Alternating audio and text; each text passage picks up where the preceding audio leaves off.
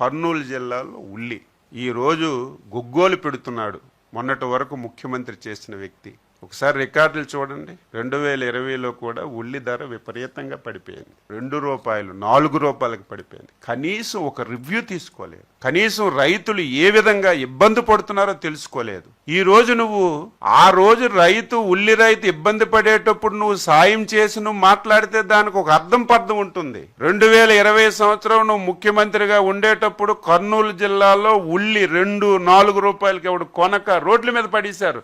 మీ పాత రికార్డులన్నీ చూడండి, మీ పేపర్లు చూడండి. ఆ రోజు ముఖ్యమంత్రి ఒక రివ్యూ కూడా తీసుకోలేదు. ఆ వ్యక్తి ఈ రోజు వచ్చి రైతులకి ప్రభుత్వం అన్యాయం చేస్తుంది, ఉల్లి ధరల పతనమైపోయి కొండం లేదని నిస్సిగ్గుగా నిస్సబ్జుగా అబద్ధాలు మాట్లాడుతుంటే బాధ ఆవేదన కలుగుతుంది. ఈ రోజు కర్నూలు జిల్లాలో ఉల్లి పండింది. మీరందరికీ తెలుసు, లేకపోతే మీ పాత్రికేయుల జిల్లాలో ఉంటారు, కనుక్కోండి. ఎప్పుడు ఉల్లి ఆగస్టు నెలలో ఎప్పుడు రాదు, సెప్టెంబర్ నెలాఖరికి ఉల్లి వస్తుంది కర్నూలు జిల్లాలో. ఈ సంవత్సరం వర్షాలు పడ్డాయి. రైతులు ఆందోళన చెల్లి ఇంకొక 30 రోజుల తర్వాత తీయవలసినటువంటి ఉల్లి పంట ముందే తీసేశారు. దీన్ని ఎవరు మా దృష్టికి చెప్పలేదు. పేపర్లో పడిన వెంటనే, టీవీల్లో వచ్చిన వెంటనే, మా ఆఫీసర్ చెప్పిన వెంటనే ఇలా రకంగా ఉల్లుంది, ఇంకొక 5-10 రోజుల్లో ఈ ధరల వల్ల ఇబ్బంది వస్తుందని ముందే ముఖ్యమంత్రి గారు గత నెల 28వ తారీఖున పేపర్లో వచ్చిన వెంటనే అరైవల్స్ వస్తున్నప్పుడే ముఖ్యమంత్రి గారు మీటింగ్ పెట్టి ఏం చేద్దాం, ₹6, ₹8, ₹7 పడిపోయింది, ఏం చేద్దామంటే